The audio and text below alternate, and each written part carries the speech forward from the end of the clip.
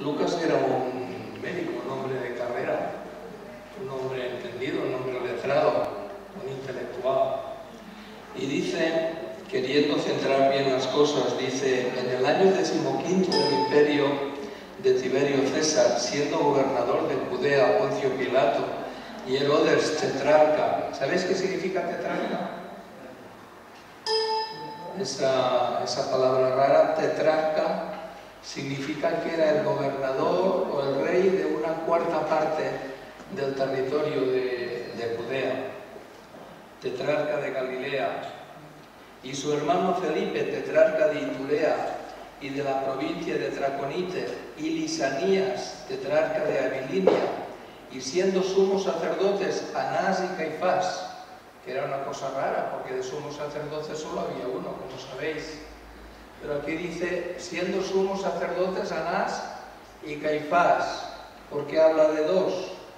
Porque Anás era el suegro de Caifás. Y Anás era el que tenía más fama, había sido sumo sacerdote. Y aquel año, pues, Caifás le había sucedido.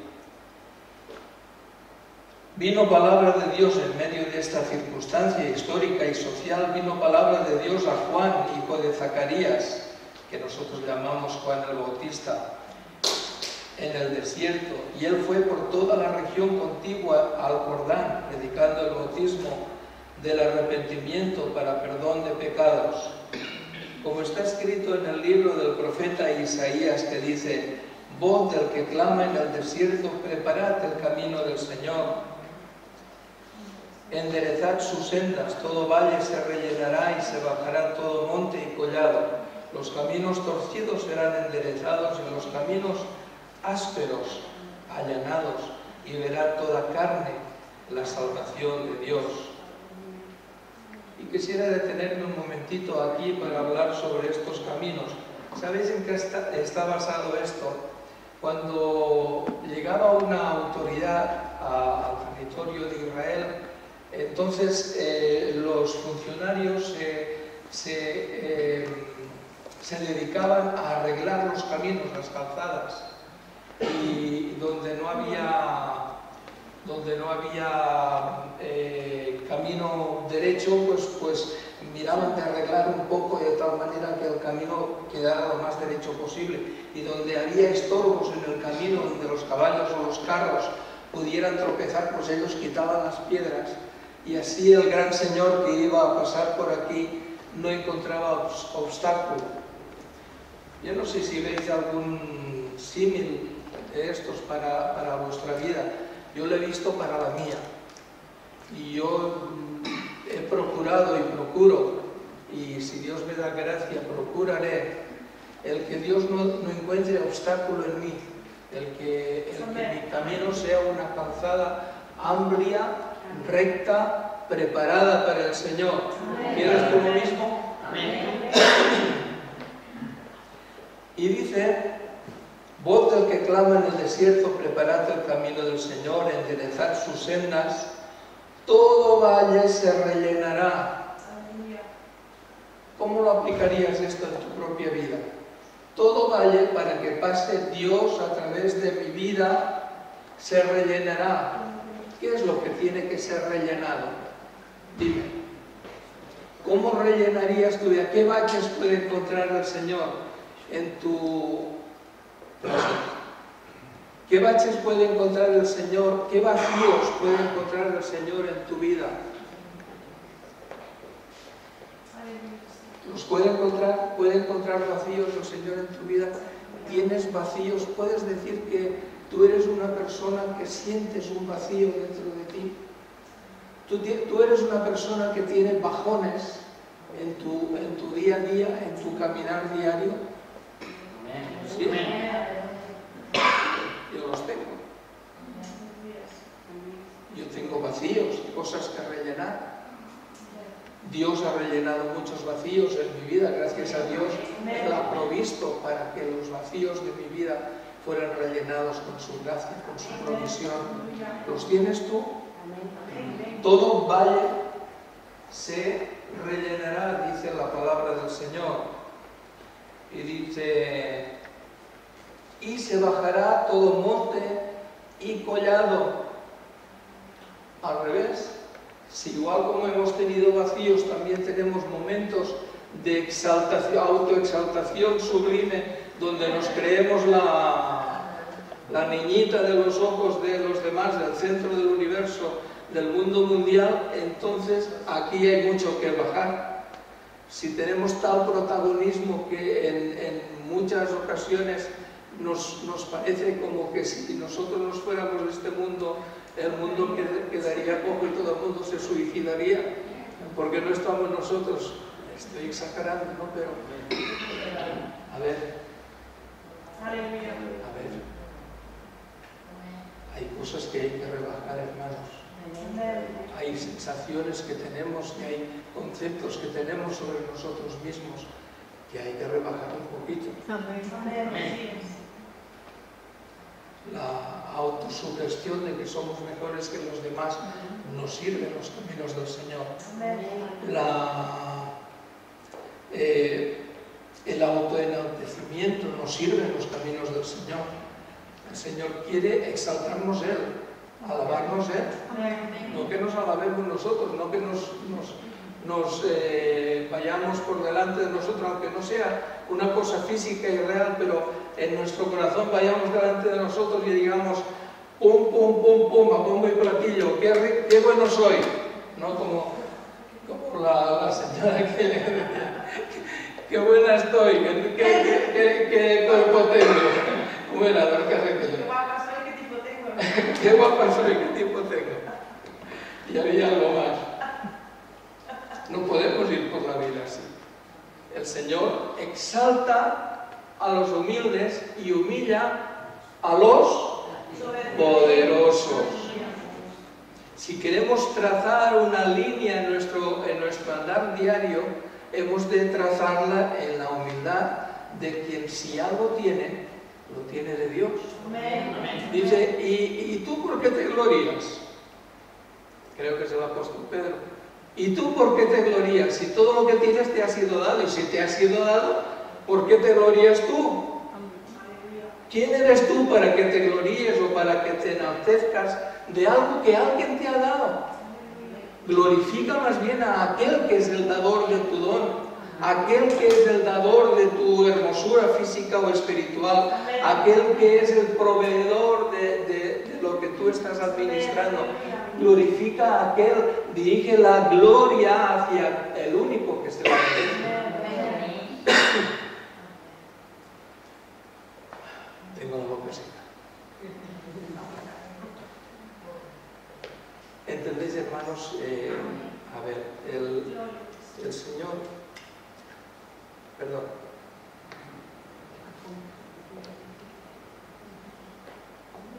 el Señor nos quiere fáciles.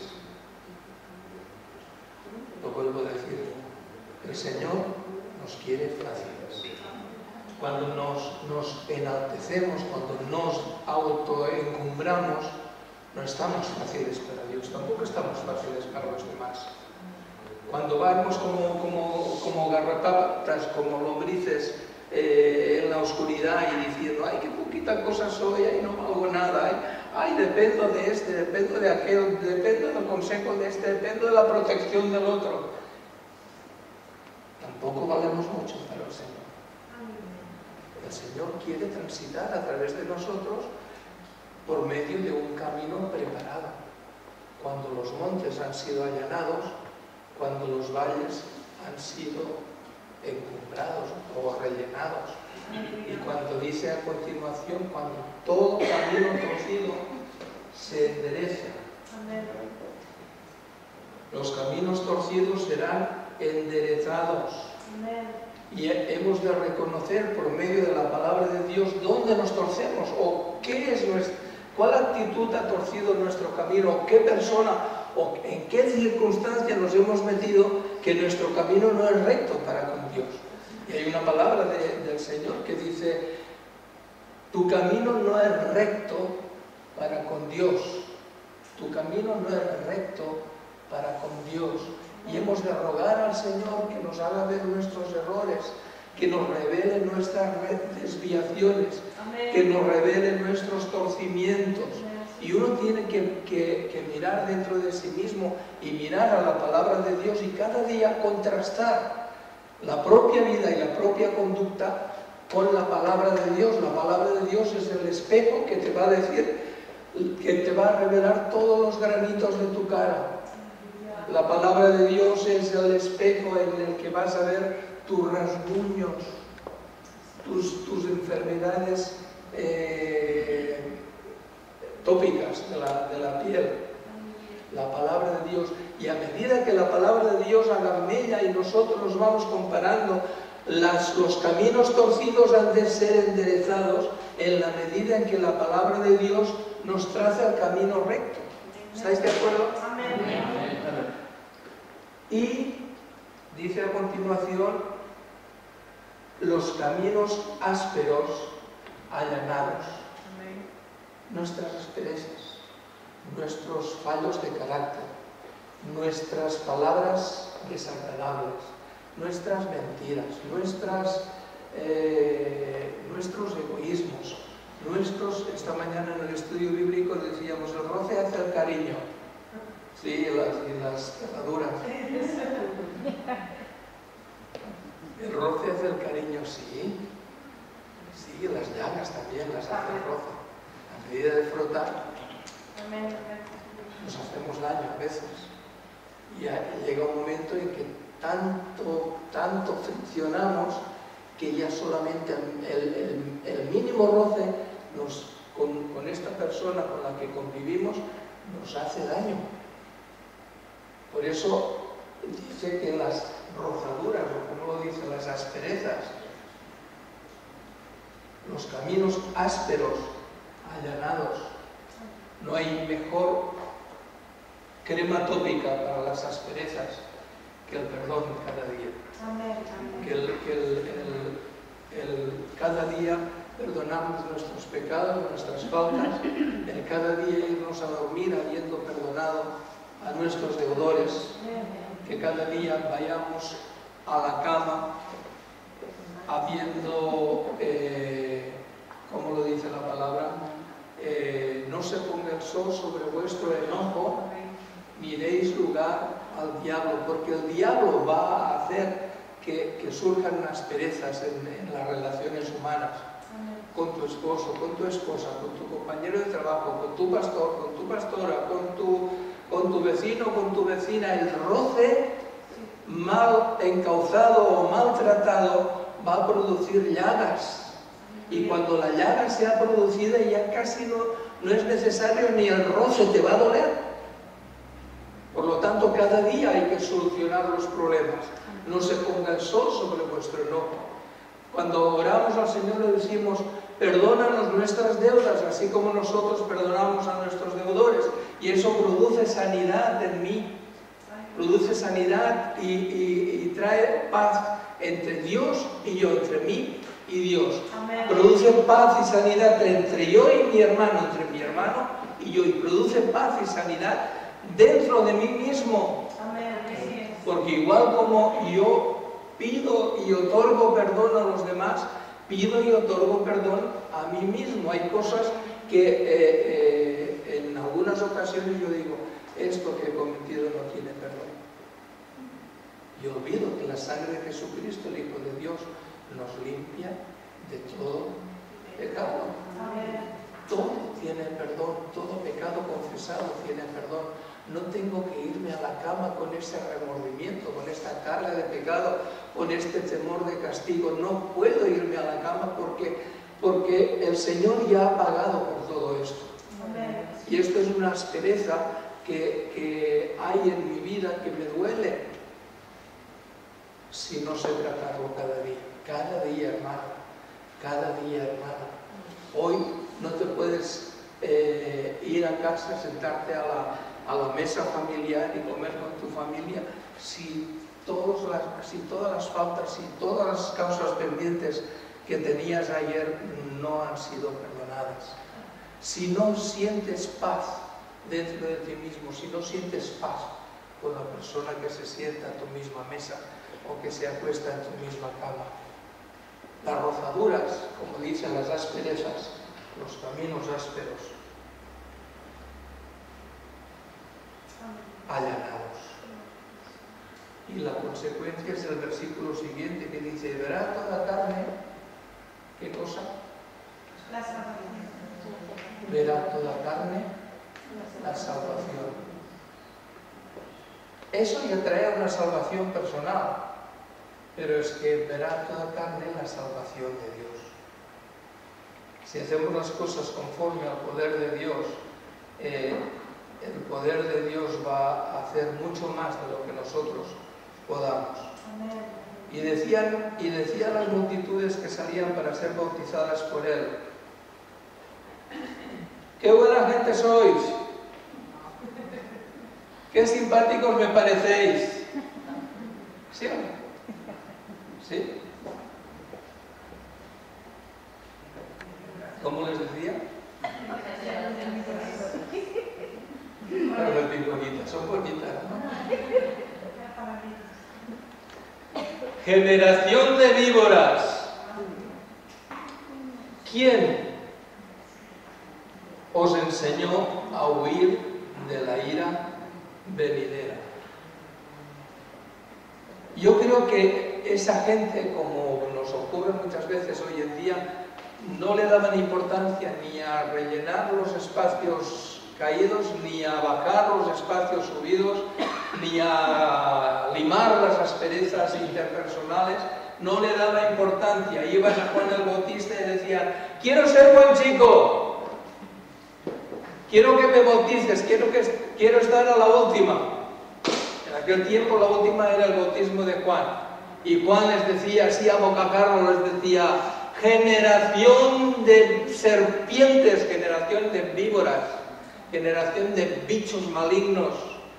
¿Quién os enseñó a huir de la ira venidera? ¿Pensáis que porque digáis quiero ser buen chico se va a solucionar todo? Haced pues frutos dignos de arrepentimiento y no comencéis a decir dentro de vosotros mismos, tenemos a Abraham como padre. No, somos de la iglesia de Ifea, de Tortosa. No, es que voy al culto cada domingo. No, es que yo soy buen chico. No, es que... ¿Pensáis que esto es lo que Dios espera de vosotros? Ya es bueno todo esto. Pero dice, haced frutos dignos de arrepentimiento. ¿Qué es arrepentimiento? Arrepentimiento es un cambio de mente. Arrepentimiento es un cambio de conducta. Arrepentimiento es un cambio de actitud. Arrepentimiento es un cambio de camino, es un cambio de estilo de vida. Es un cambio de valores. Arrepentimiento es un cambio de la palabra metanoia, un cambio de mente, de pensamiento. Pero es que aquí no queda eso. Vosotros conocéis ese texto de Mateo 21 donde el Señor enseña sobre los dos hijos y dice, un padre le dijo a un hijo, ve a trabajar en mi viña. Él dijo, no me da la gana. Pero después, arrepentido, fue. Y le dijo de igual manera al otro, y al otro le dijo, sí Señor, voy, pero no fue. Arrepentimiento es cuando uno dice, sí Señor, voy, y va. Arrepentimiento es cuando uno oye la palabra de Dios, la escucha, la entiende, la asimila y la hace.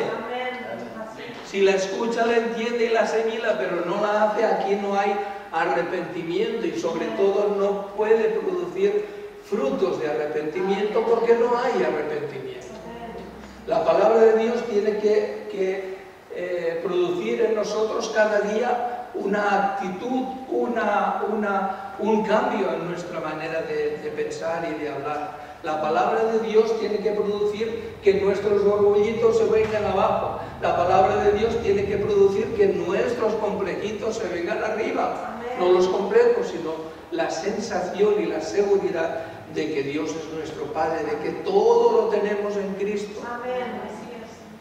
La palabra de Dios tiene que producir que nuestro carácter no produzca y nuestras relaciones humanas no produzcan rozaduras ni llagas en los que viven a nuestro lado.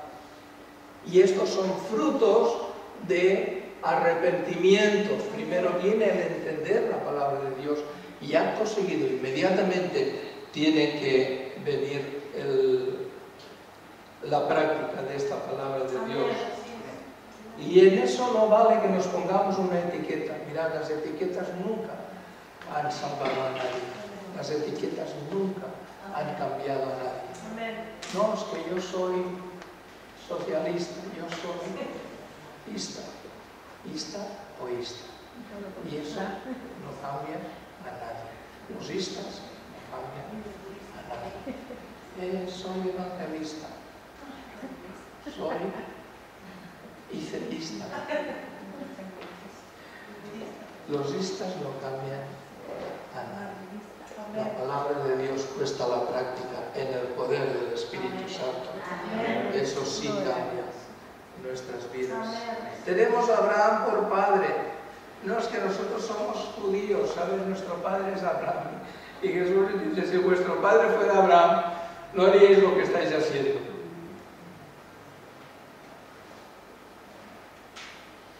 Dice Juan el Bautista, porque os digo que Dios puede levantar de estas piedras hijos de Abraham. Ya también el hacha está puesta a la raíz de los árboles. Por tanto, todo árbol que no da buen fruto se corta y se echa en el fuego. La raíz está puesta en el tronco de los árboles. ¿Amén? No, amén. El hacha está puesta en la raíz de los árboles. Normalmente nosotros nos hemos acostumbrado a que se ponga el hacha en el tronco de los árboles. Pero el Señor dice, el hacha está puesta en la raíz de los árboles. Y todo árbol que no da buen fruto se cortará y se echará en el fuego. Pero ninguno de nosotros tiene vocación de ir al fuego. ¿Amén? Sí, amén. Yo no quiero ir al fuego. Yo no quiero que el hacha de Dios esté cortando mi vida desde las raíces. Yo no quiero que el final de mi vida sea condenación eterna. Yo no lo quiero esto. Y estoy seguro de que nadie de vosotros lo desea. Entonces, el hacha está puesta a la raíz de los árboles. Por tanto, el árbol que no da buen fruto se corta y se echa en el fuego. No es apariencia, no es etiqueta, no es la fama, es que nosotros demos buenos frutos, frutos dignos de arrepentimiento. Hemos empezado en el Señor y lo primero que hemos aprendido es que tenemos que arrepentirnos, tenemos que dejar la vida pasada, tenemos que coger buenos valores a medida que la palabra de Dios viene a nuestra vida, a medida que la predicación va enseñándonos, a medida que vamos aprendiendo del Señor, vamos cogiendo buenas decisiones. ¿Es así? Y eso va produciendo que nosotros demos cada día mejores frutos. Y la gente le preguntaba, ¿y pues qué hemos de hacer? Y Juan el Bautista le dijo, sencillo, ¿tienes 2 túnicas? Da una que no tiene. No le dijo, quítate la túnica y dásela al otro, no. Tenemos un instinto de autoconservación. No le dice, coge tu comida y dásela al que no tiene, no. Come de lo que Dios te da, come. Pero si te sobra comida, dala a los demás. Cada día el Señor me reta en cuanto a esto, porque yo oro, doy gracias al Señor por la comida y le digo, Señor, bendice estos alimentos que en tu misericordia fielmente nos das cada día. Ayer nos diste, anteayer nos diste, el año pasado nos diste, hace 20 años nos diste, y hasta donde yo recuerdo no hay una comida que me la haya pasado, si no es que deseo ayunar. No hay una comida en la que tú no has provisto. Siempre eres fiel. Amén. Señor, pero provee también para los que no tienen. Y ahí el Espíritu Santo me dice, dales tú de comer. Y no es la moda. El Señor se lo dijo a sus discípulos. Sus discípulos discípulos llegó un momento en que dice: Maestro, esta gente tiene hambre, están cansados, están con nosotros todo el día, las aldeas están lejos y no tienen dónde ir a comprar para comer. Tienen hambre. ¿Y qué les contestó Jesús? Dadle vosotros de comer. Y yo veo a 12 personas por lo menos con los cables cruzados. Saca Felipe la calculadora y dice: pero maestro, solo tenemos 200 denarios. ¿Cuánto pan podemos comprar con 200 denarios? 5 kilos, 10 kilos, 20 kilos, 20 barras, 15 panes. ¿Cuánto podemos comprar? Pero para toda esta multitud, ¿qué será esto? ¿Un bocadito así? Pero la palabra del Señor prevalecía: dadle vosotros de comer. Y lo que hacen los discípulos es lo mismo que cada uno de nosotros podemos hacer. Dios nos da el mandamiento, nosotros lo aplicamos a través del poder de Cristo Jesús. En su esfuerzo, en su victoria. Nosotros aplicamos el mandamiento y decimos: Padre, yo no tengo economía, yo no tengo poder para dar de comer a todos los hambrientos del mundo. Pero tú sí tienes poder. Usa mi vida para que yo de alguna manera pueda dar de comer a los hambrientos, pueda consolar a los tristes, pueda hacer bien a los que me necesitan, que yo pueda ser un instrumento en tus manos para bendecir a los que están a mi alrededor. ¿Y por qué lo decía? Dice: entonces, ¿qué haremos? Respondiendo le dijo: el que tiene 2 túnicas dé al que no tiene, y el que tiene que comer haga lo mismo. Vinieron también unos publicanos para ser bautizados, y yo creo que la gente que estaba al lado y veía a los publicanos pidiéndole consejo a Juan el Bautista hacía así. Los publicanos eran los funcionarios de aquella época, pero menudos funcionarios. Los publicanos eran los cobradores de los invasores romanos, del ejército romano, que le sacaban el dinero al pueblo para dárselo a los romanos. Y a Herodes, que otro que tal. Y hacían la cuenta de la vieja, decían: vamos a ver, ¿cuánto debes? 10 denarios, muy bien. 2 para Herodes, 2 para el Imperio Romano, 2 para no sé qué, y el que queda para mí. Eso hacían los funcionarios, los publicanos. Y los israelitas, los judíos, les tenían ofensa, porque encima que tenían que pagar a los soldados que les oprimían, al rey Herodes, que no era ni judío, era idumeo, encima que tenía que pagar no sé qué, ahora encima eso le robaban y se metían en el bolsillo cosas que no debían. Y le dice Juan el Bautista a los publicanos, dice: no exijáis más de lo que os está ordenado. Ellos tenían derecho de cobrar, de parte de lo que recaudaban, cobrar una pequeña parte como su salario, pero no exijas más.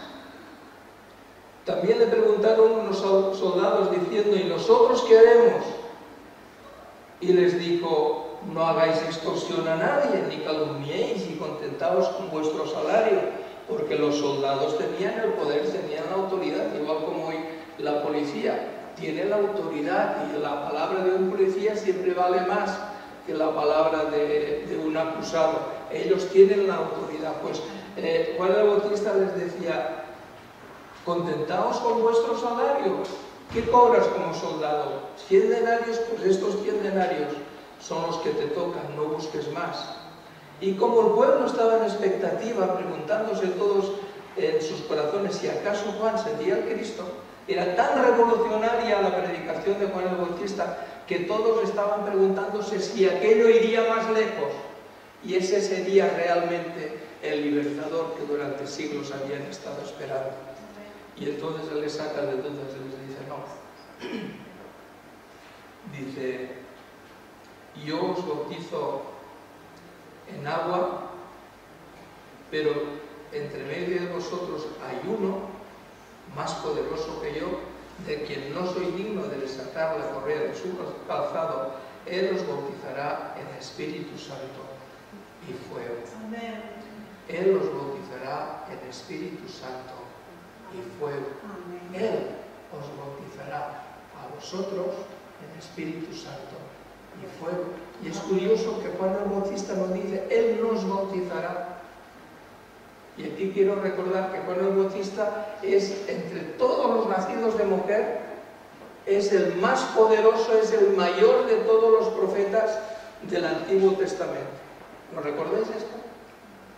De toda la gente del Antiguo Testamento, de todos los nacidos de mujer, nadie se había levantado en el Antiguo Testamento antes de los tiempos de Jesús más poderoso, más valioso, más apreciado que Juan el Bautista. Y les dice Jesús, pero yo os digo que el menor en el reino de los cielos es más grande que Juan el Bautista. ¿Cómo te llamas, Juan? Pepe, Pepa, Nicaso, Orlando, lo que sea. ¿Cómo te llamas? Dice, Ángel es mayor que Juan el Bautista, que el mayor de todos los profetas del Antiguo Testamento. Ángel es mayor, no porque en Ángel resida nada especial. Tú eres mayor que Juan el Bautista, y tú. Todos nosotros que hemos crecido, que hemos nacido en el Señor, que hemos sido bautizados en Cristo Jesús, tenemos un grado superior a Juan el Bautista, que es el mayor de todo el Antiguo Testamento. ¿Por qué? Es por eso que Juan el Bautista nos dice, Él nos bautizará en Espíritu Santo y fuego. Dice, Él os bautizará en Espíritu Santo y fuego. Porque hay un escalón que nos hace superiores al más pequeño, al más joven, al que se sienta más incapaz en el reino de los cielos.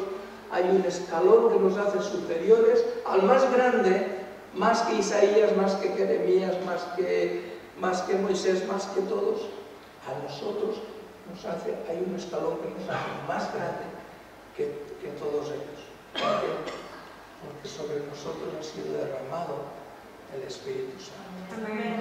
Porque todos nosotros hemos pasado por fuego de prueba del Espíritu Santo y la palabra de Dios nos ha probado. Y acaba diciendo,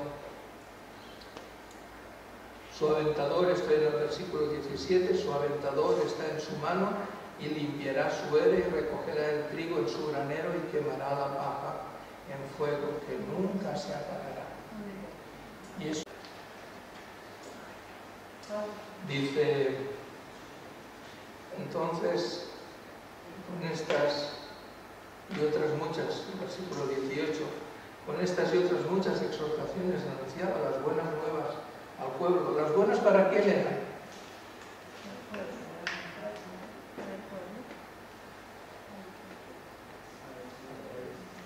Las buenas eran para el oro, para las piedras preciosas. Las buenas nuevas eran para la plata, para los que iban a mantener frutos para vida eterna. Para ellos eran buenas, pero para la madera eran buenas nuevas. Para el heno y para la hojarasca eran buenas nuevas. Eran noticias fatales para los que pasan por la vida y piensan en la vida presente. En esta eran buenas noticias, no eran buenas noticias. Entonces, hermanos, voy terminando dejando este mensaje. Todo valle se llenará, todo monte se allanará, todo camino torcido debe ser enderezado, toda rugosidad, toda aspereza debe ser limada, porque después de esto hay una vida eterna, muy larga por cierto, Y dice que aconteció que cuando todo el pueblo se bautizaba, también Jesús fue bautizado. Y orando del cielo se abrió y descendió el Espíritu Santo sobre él en forma corporal como paloma. Y vino una voz del cielo que decía: tú eres mi Hijo amado, en ti tengo complacencia. Amén.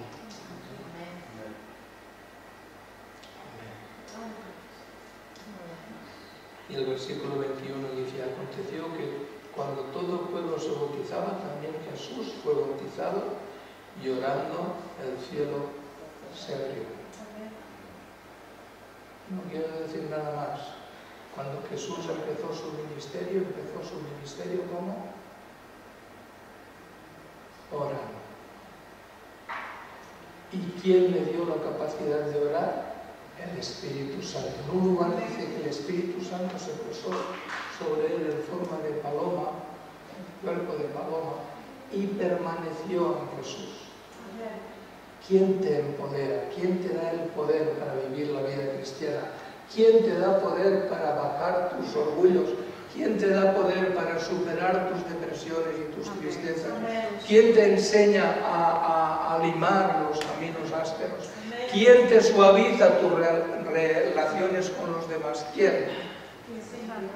El Espíritu Santo. El Espíritu Santo que no solamente se posa, sino que permanece. Amén. Nada más, que el Señor nos bendiga. Amén.